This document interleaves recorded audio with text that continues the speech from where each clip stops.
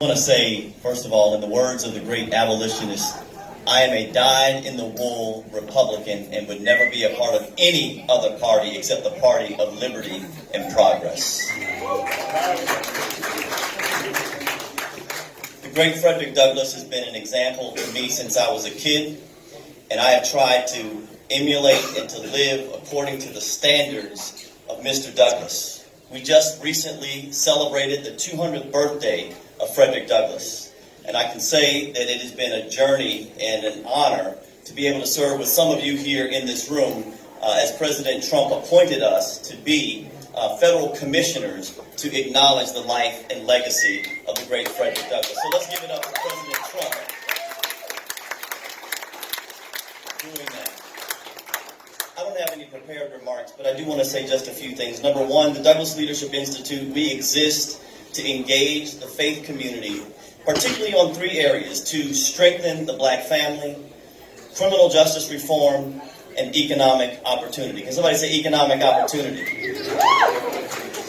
Listen, a lot of people talk about, the different parts of the Republican Party, from, the economic conservatives, defense conservatives, and social conservatives. I just want to tell you, any preacher worth his salt, when there's a good economy, the tithes go up. Can somebody say amen? So we owe a lot to the president for putting our country back on a platform for economic opportunity. And I'm grateful to be able to say that our party is standing firm on the principles that will encourage more people like me to join. As I close, I want to give you guys a picture, because for all of those who are in the room who are committed to engaging diversity, let's give it another round of applause for our chairwoman, who has done has a commitment to diversity in the party.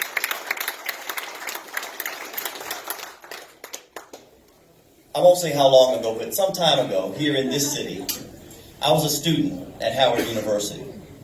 And when I was a student, not knowing a whole lot, as some students, pretend that they know more than they do, I was caught up in a protest. We protested for 4 days. We shut down the administration.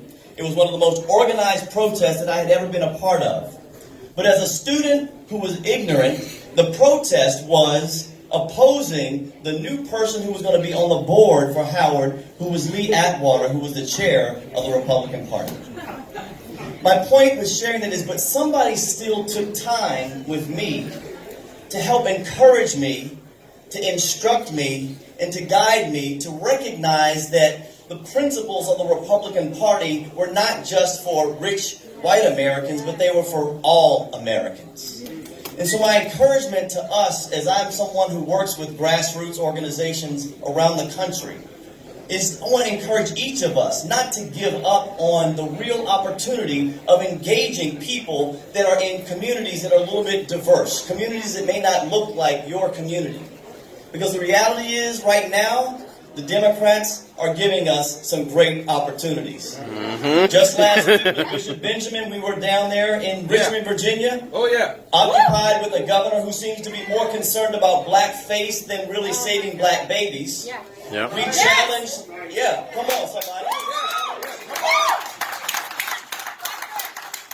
We marched. Look, I went to UVA, so I know what it was like every semester to see someone like their lieutenant governor, or rather someone like the attorney general, who dressed up in blackface on campus and felt like that they could get a pass. I remember that.